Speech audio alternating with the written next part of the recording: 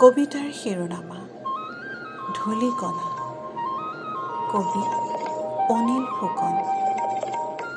আবৃত্তি বৰ্ণালী কলিতা চহৰীয়া। কেতিয়াবা নিসংগতাৰ বুকুত বহি বহু কথা পাতোঁ নিজেই নিজৰ লগত।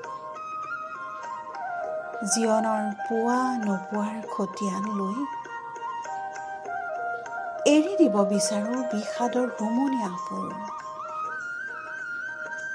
আবেলিৰ কোমল পচুৱা জাকত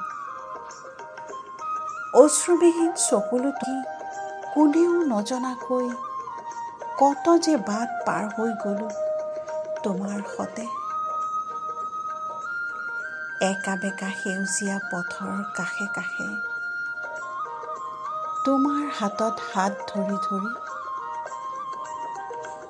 কত আবেলিৰ সমীৰণত মন ভৰিছিল। মোৰ সোঁৱৰণি নদীৰ সেউজী পাৰত মৌনতাৰ ভাষাৰে বহু কথাই কৈছিলোঁ কহুৱাৰ কোমল নাচত।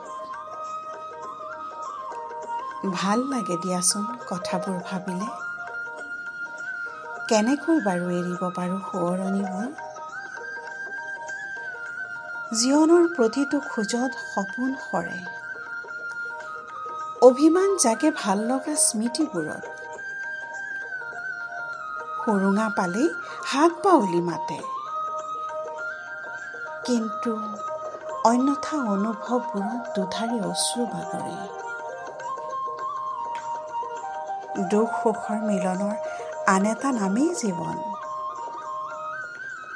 পোৱা নোপোৱাৰ প্ৰতিফলন ঘটে প্ৰতিটো খোজত।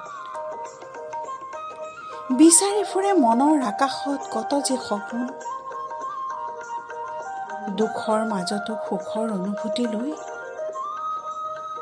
নোপোৱাৰ মাজতো পোৱাৰ সুবাস লৈ